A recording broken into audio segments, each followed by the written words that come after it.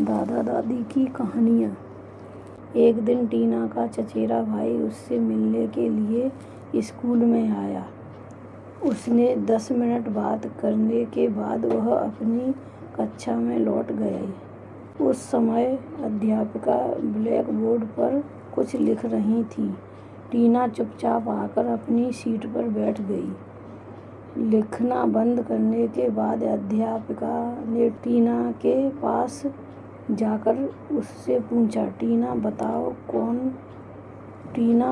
वह कौन था? मेरा चचेरा भाई, टीना ने हिचकिचाते हुए उत्तर दिया। अध्यापिका ने अपना सवाल दोहराया और टीना ने दोबारा वही जवाब दिया।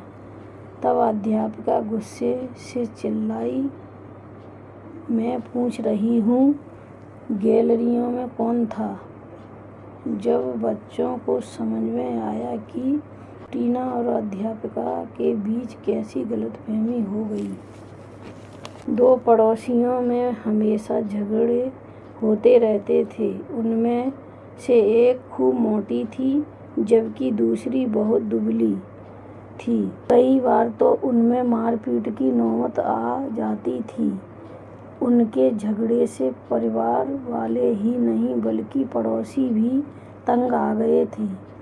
एक दिन उन्होंने दोनों औरतों को समझाने का निश्चय किया।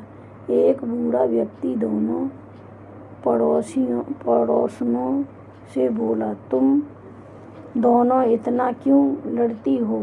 इस तरह लड़ने झगड़ने का कोई फायदा नहीं है।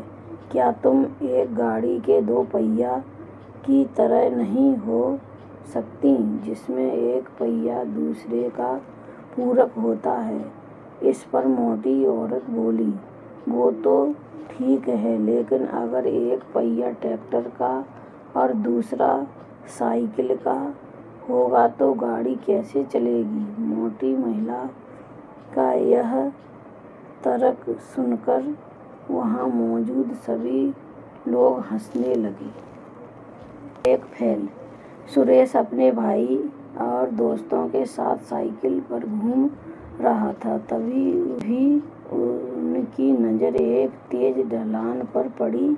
सभी बच्चों ने ढलान पर साइकिल चलाने का निश्चय किया। बच्चे ढलान पर थोड़ी दूर ही गए थे, तभी सुरेश को पता लगा कि उसकी साइकिल के ब्रेक फेल हो गए हैं। वह घबराकर मदद के लिए चिल्लाने लगा। जैसे ही उसके भाई ने उसका चीखना चिल्लाना सुना, वह तेजी से साइकिल चलाकर उससे आगे निकल गया और उसने अपनी टांग सुरेश की साइकिल के आगे अड़ा दी। सुरेश की साइकिल गिर गई और वह बच गया। उसके भाई को पैर में काफी चोट आई थी, लेकिन उसे इस बात का संतोष था कि उसने अपने भाई की जान बचा ली है। एक दिन गोपी अपने माता पिता के साथ ट्रेन में यात्रा कर रहा था। वह बार बार अपने नए जूते को देख रहा था जो एक दिन पहले ही उसके पिता ने उसके लिए खरीदे थे। नींद आने पर उसने जूते उतार दिए और सो गया। जब उसकी नींद खुली तो उसने एक जूते को गायब पाया। यह देखकर वह जोर जोर से रोने लगा। उसके माता पिता ने उसे चुप कराने की बहुत कोशिश की, लेकिन वह रोता रहा। जब उसके पिताजी ने कहा कि घर पहुंचकर वे उसके लिए एक जोड़ी जूते फिर खरीद देंगे, तब जाकर वह चुप हुआ। इसी खुशी में उसने बचा हुआ जूता खिड़की से बाहर फेंक दिया। तभी उसकी नज़र टोकरी में पड़ी। उसका खोया हुआ जूता उसी में पड़ा हुआ था। जल्दबाजी में गोपी ने अपने पिता का नुकसान कर दिया।